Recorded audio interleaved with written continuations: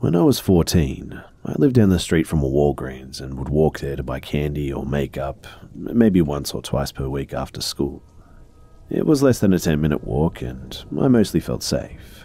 Although, at that age, we all feel invincible, right?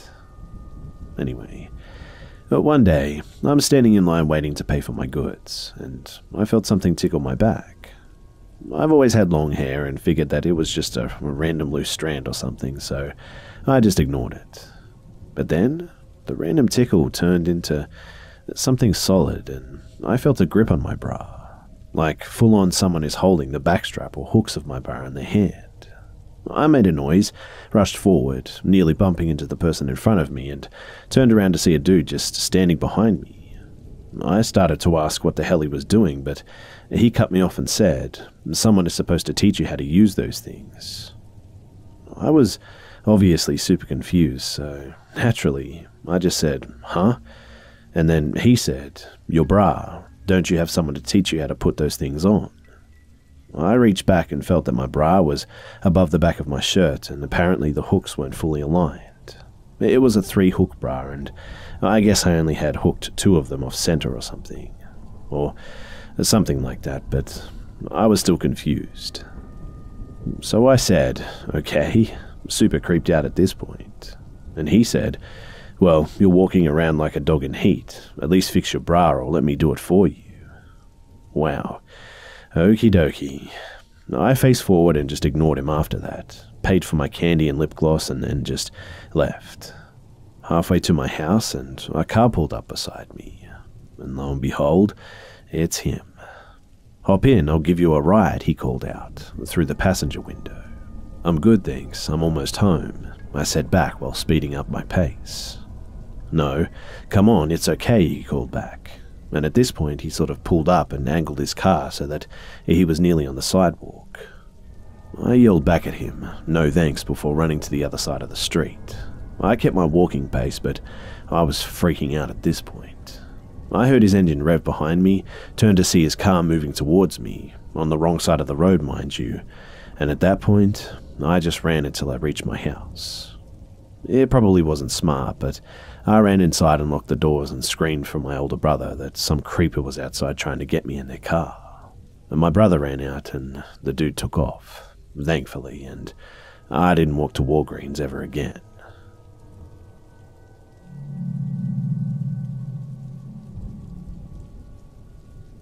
So I got home last night, which in my apartment complex means that all the good parking spots are taken by then. So I parked a good distance from my apartment and began walking towards it.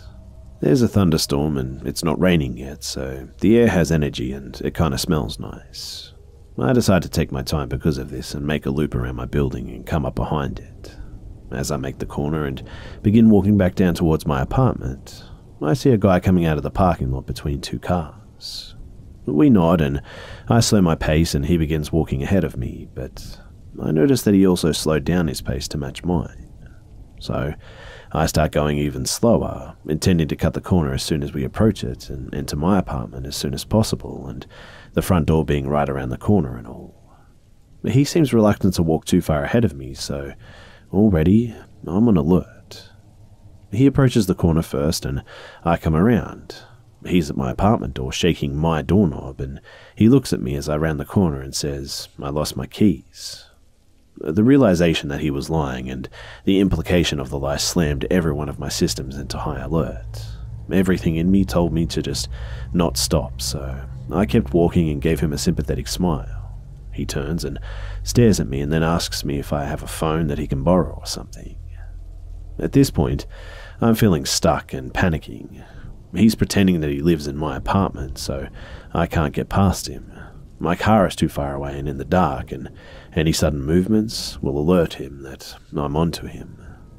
So I tell him my phone died, which caused my heart to immediately skip a beat because now he thinks that I can't call the cops too. I walked one door over and started knocking on the door. It's past midnight, mind you. The guy is standing at my doorstep just kind of staring at me. And after an eternity, my neighbour, who I'm on "Hey, how are you?" and "Nice night out" speaking terms with, opens the door. I immediately say, "Hey Kevin," and push past him into his apartment, and I immediately turn and close the door and locked it. I explained to my neighbor what was happening, and he went to get his gun, and I called the cops. But the guy was gone, and now I'll never be able to walk around my apartment complex without constantly looking over my shoulder.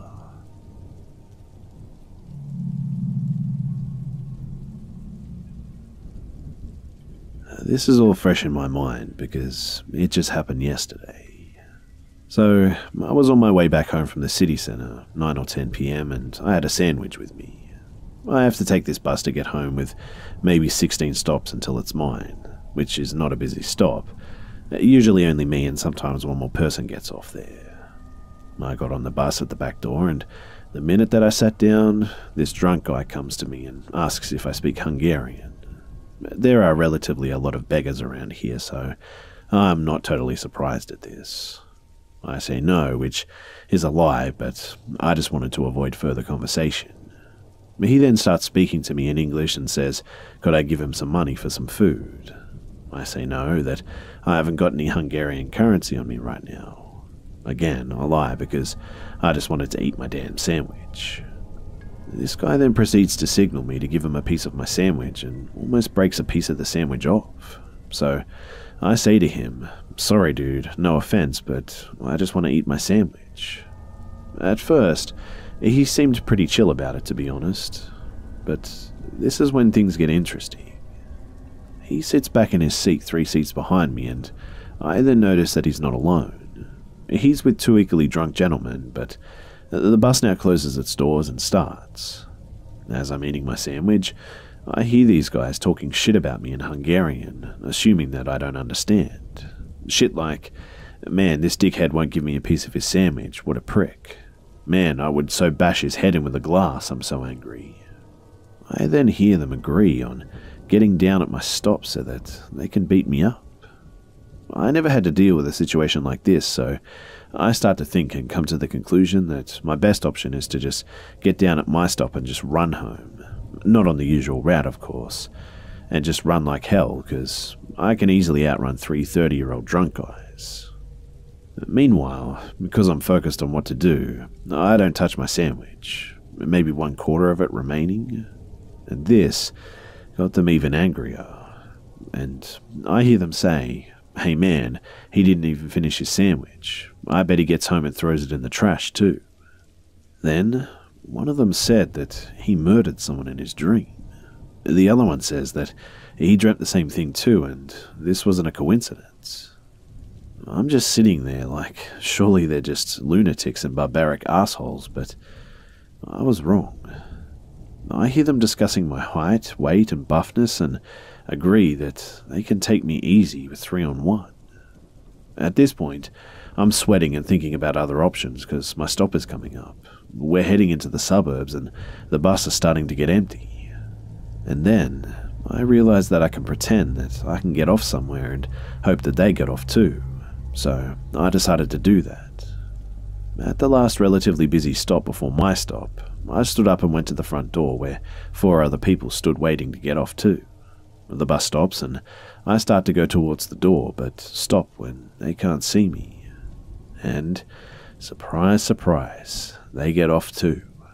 The guy starts walking to my door calmly because there were other people at the stop, but when he got to my door, luckily, it was closed.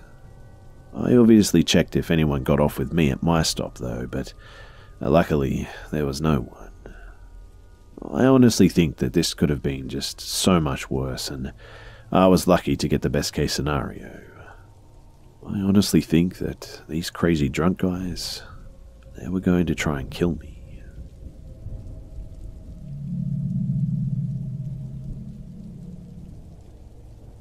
This story has a lot of build-up, so please bear with me.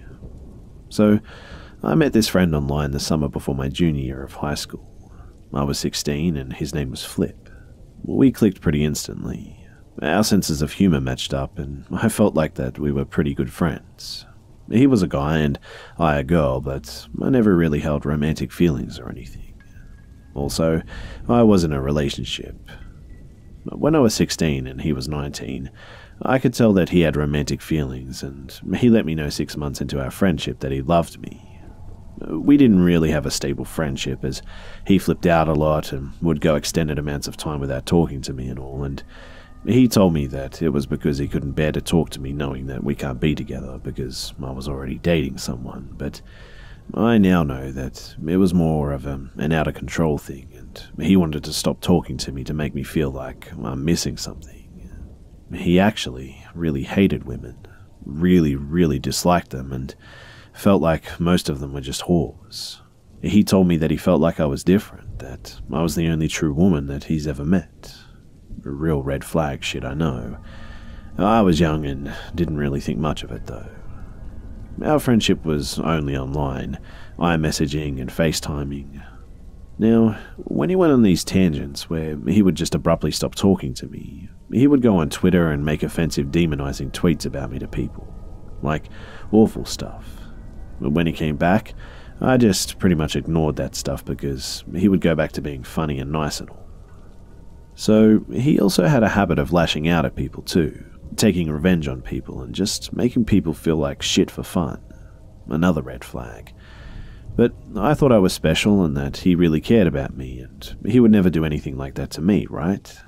I remember leading up to my 18th birthday, him being 21 now, he said to me, "When you're 18, you're sending me nudes. You don't get to say no." I brushed it off because I knew I wouldn't, but yeah, I noticed that there was just this element of him wanting to dominate. Anyway, fast forward 2 years later, I'm now 18, freshman in college. In October, I broke up with my boyfriend, same guy as age 16, and Flip took that as an opportunity. He would tell me that he couldn't bear not seeing me, and that basically we have to meet or it's all over.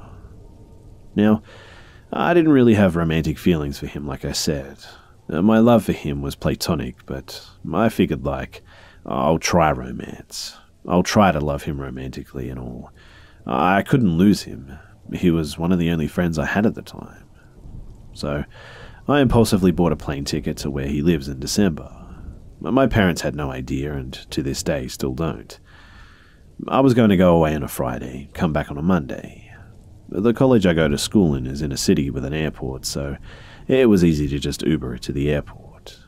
This romance that I'm trying to project feels real, and I genuinely felt like I kind of loved him romantically.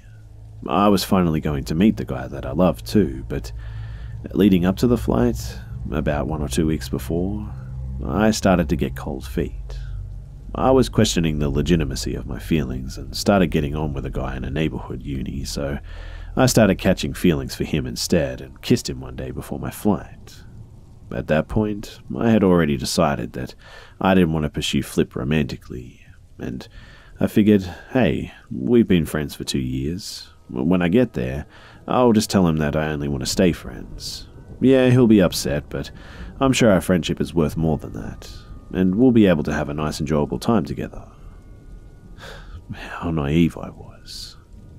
So, I decided to go on the trip anyway, thinking that maybe seeing him would reignite that fire or something. Upon arrival, I realized that I didn't love him at all and was no longer attracted to him at all. Regardless, though, he was a close friend of mine for a very long time, and whether I felt romantic connection or not, I wanted to meet him for the sake of just meeting him anyway. And I just thought that it would be like how I would meet any internet friend. So, it's time for the flight, and it's really early, and I remember sitting on the plane just contemplating walking out. I really just wanted to leave and not return, and I should have listened to my gut, I know, but I arrive and I go outside of the terminal. I see him sitting in his car just staring at me like a very malicious, piercing stare. After a few moments, he gets out of the car and he looks different. It's strange because we FaceTimed and I've seen pictures of him, but he just looks different. Kind of creepier, if that makes sense. But we hug and sit in his car, and it's awkward. And I mean, I feel really awkward. But we make small talk and awkward jokes, and in that moment, I just wanted to be back in the dorm. We go back to his apartment and we go up to his room and we smoke and I lay down on his bed to sleep. When I wake up, he's spooning me and trying to fondle me. I take his hands off and tell him to stop, and then I sit up and basically unload about how I don't want him romantically, only as a friend. And he just started crying and begging me to tell him that I love him. I tell him I can't do that, and he then stands up, drops crying, goes to the bathroom and starts lighting stuff on fire. It smells like he's burning paper in the bedroom now, and he comes out normally and just sits on his computer and plays games without talking to me. Now, the rest of the trip is just like a combination of him being kind and normal, and then just being completely evil. Here's some of the things he did and said throughout the 3 days. So, he made jokes about me dying and would pretend to hit me, like lunge at me and get close enough, and watched as I flinched. He told me that he almost sent a snap of me to my mum and the geotag of his town so that I would get in trouble. He told me that he almost made me sleep in the car one night. That one night while I was sleeping, he walked over to me and started farting on me. And that one was just nasty. He kept telling me to shut the fuck up when I would speak or ask questions. Did it multiple times in front of his roommates too. He was trying to fill me up in bed, and I kept pushing his hands away, and he would just keep trying and would say things like, "I know you want it, you're just holding back." He was calling me an idiot when I would ask questions, and served me spaghetti at one point and told me that he purposely used the moldy spaghetti sauce hoping that I would get sick. He told me that he was going to make me miss my flight home, and said that he was planning to drive in the opposite direction of the airport and drop me off in the middle of nowhere. So, basically, I just tried to keep my cool in this whole situation, and when he would tell me things, I would just kind of nod and laugh at him. But deep down, I must admit that I was scared shitless, and wanted nothing more than to just leave. So, I just tried to keep it cool and spent my time trying not to upset him. So Monday rolls around, and my flight isn't until 8 p.m. Around 11 a.m., he goes downstairs to leave, and in that time, I pack my bag and leave without him knowing. My plan of action is to run to the nearest shopping plaza and Uber to the airport from there. I wasn't about to Uber from his house. No way. So, I'm almost to the end of the street, feeling free, when I feel two arms come up from behind me and wrap around me. He's hugging me and mumbles something into my ear and then turns around and dead-on sprints back to the street to his apartment. At this point, I just ran to the shopping plaza, called an Uber and got it, and I felt so much relief in that moment. I felt like I was free again. I did have to wait at the airport with nothing to do for 8 hours, but anything was better than being there. I must admit that I look back now and just feel like an idiot. Like, I should have just gone to a hotel and I should have probably left, but I'm a broke college kid and I was already scared shitless being here without my parents' knowledge in the first place. I mean, I probably shouldn't have even pursued this whole thing, but I was young and desperate at the time. After I left, I blocked him on every social media outlet that I have, including LinkedIn. He still has tried to contact me regularly for 4 months, but luckily, I never ever told him of my address or anything, so yeah, I guess this is it for now, but man, I sure hope that I never see him again.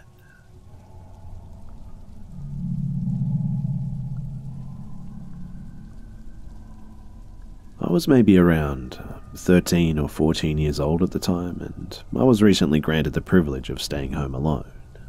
Every now and then, when I was home alone, I'd hear sounds coming from upstairs, and so I would instinctively call my mum. She then told me a story of how she used to hear things in her old house all the time too, and how it's just the house settling in and all.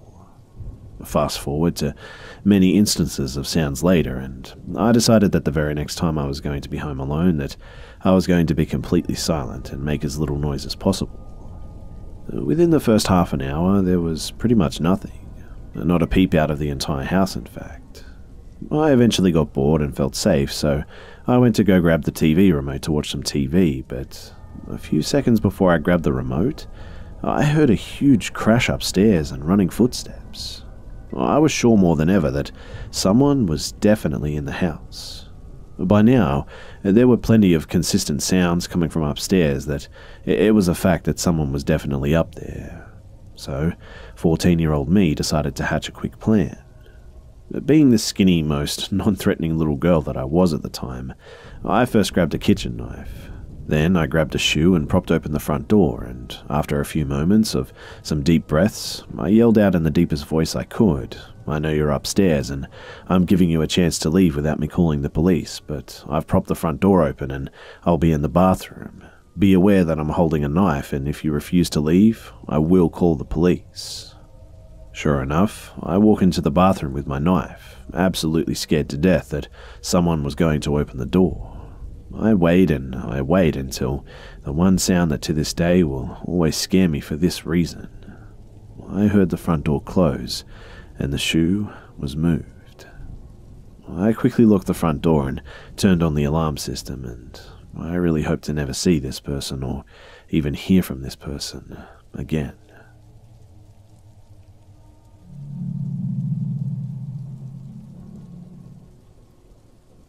So this happened about 6 years ago. My best friend had moved a couple of towns over, and with our busy work schedules and all, we just couldn't hang out as much. But we made a habit of getting together at least once a week and going on a hike to just shoot the shit and catch up kind of thing. So that day rolls around and we decide to go on a trail to a neighbouring town. This town was considered a very wealthy area and therefore pretty safe.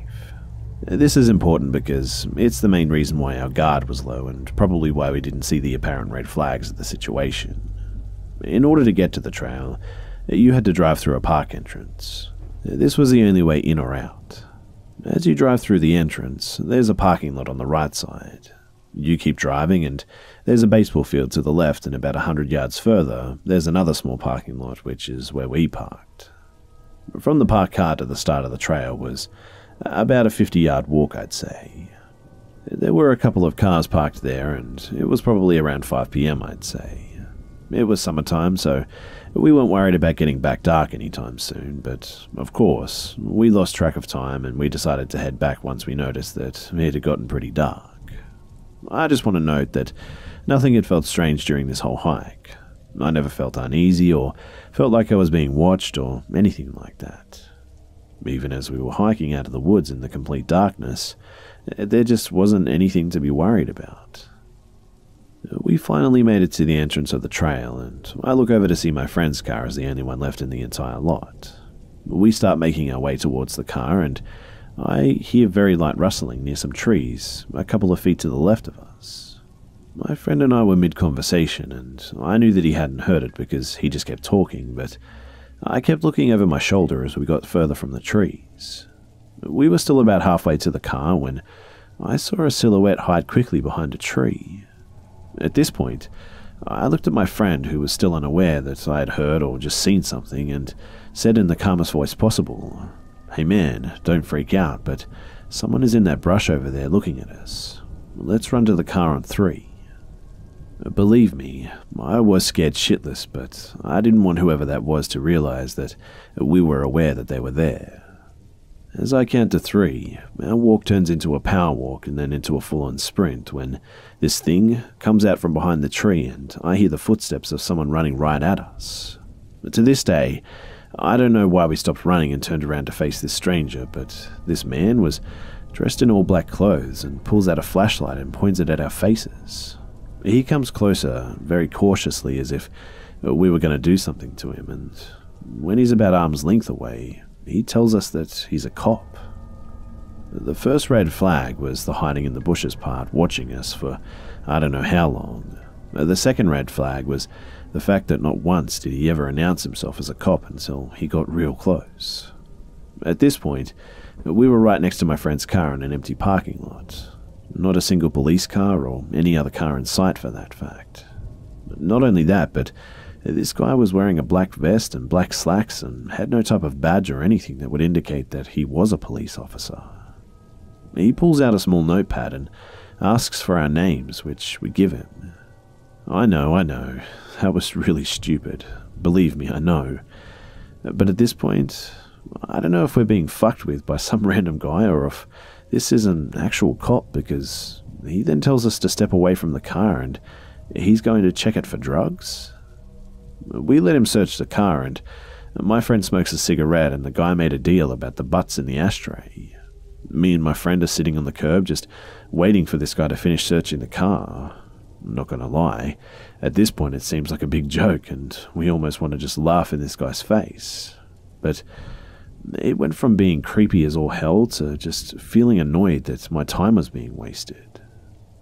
Anyway, this guy gets out of the car and I take off my shoe to get a couple of pebbles out from it from the hike earlier, and this maniac rushes at me with his flashlight and says, "Why are you doing that? What's in your shoe?" I stand up immediately with my shoe in my hand and tell him to relax, that it's just pebbles. Now, what he did next made the hair on the back of my neck stand up, and I'm getting chills just replaying it in my mind as I say this. But to recap, this guy was wearing a black shirt with a black vest, black slacks with black shoes, and nothing else. No badge, no gun, no walkie-talkie or radio. He turns around very quick away from me, takes a couple of steps, and pretends to call for backup on the radio that cops have attached to their collars. Me and my friend exchange looks, and we're just both thinking that we need to get the hell out of here. He insists that he's called a canine unit to come and sniff out the car for drugs. At this point, we're arguing with this guy, telling him how he's wasting everyone's time and everything is so unnecessary. My friend lights a cigarette and we sat there for what must have been at least 20 minutes, just kind of looking at each other. Of course, the canine unit never shows up. The man walks a few feet further away from us and again pretends to be on the radio with someone. He comes back and tells us that the other officers are busy and we can leave. In my head, I'm thinking, what the fuck is going on? This is the most absolutely bizarre situation that I've ever been in. We just slowly get into the car and I never take my eyes off this guy until we pull out and drive away. He just stood there in the empty parking lot, just looking at his notepad. On our way out, we scanned the other lot in that park, and there was not a single car in sight. By the end of it all, my friend and I were more annoyed about the whole situation than creeped out. But we always thought, what if it wasn't the two of us that he had stopped? Maybe he had sized us up and realized that he couldn't take both of us, so he played the role so that he wouldn't give himself away. We also thought that maybe he was just a rookie cop on a crappy night shift park patrol, but it was just way too bizarre for it to be that. Anyway, the whole situation was really sketchy and creepy, and I'm still not sure what to think about it. All I know is that the guy was really strange and really unpredictable, which, to me, spelt danger.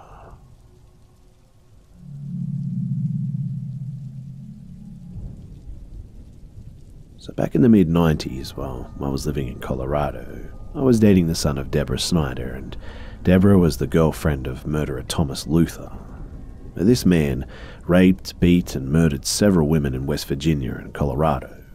He assaulted most violently one of the victims with the business end of a hammer. He was always very nice, and he just never gave me the creeps. I wonder if it was because I was dating his girlfriend's son or something, and that is why nothing bad happened to me. Anyway, once it came out about who he was and what he had done, I was obviously in complete shock. My mum almost had a heart attack thinking that her baby girl was that close to a monster. But the really creepy thing is that I was driven home from my boyfriend's house dozens of times, alone, with Thomas Luther. My boyfriend never had a close relationship with his mum, and this drove them further apart too. Deb was always defending Tom too, and while admitting that he had done bad things, that she still loved him. It still gives me the chills to this day thinking about it, in fact. Funny thing is, over 20 years later, my brother is now a correctional officer at the maximum security prison that Tom is housed at.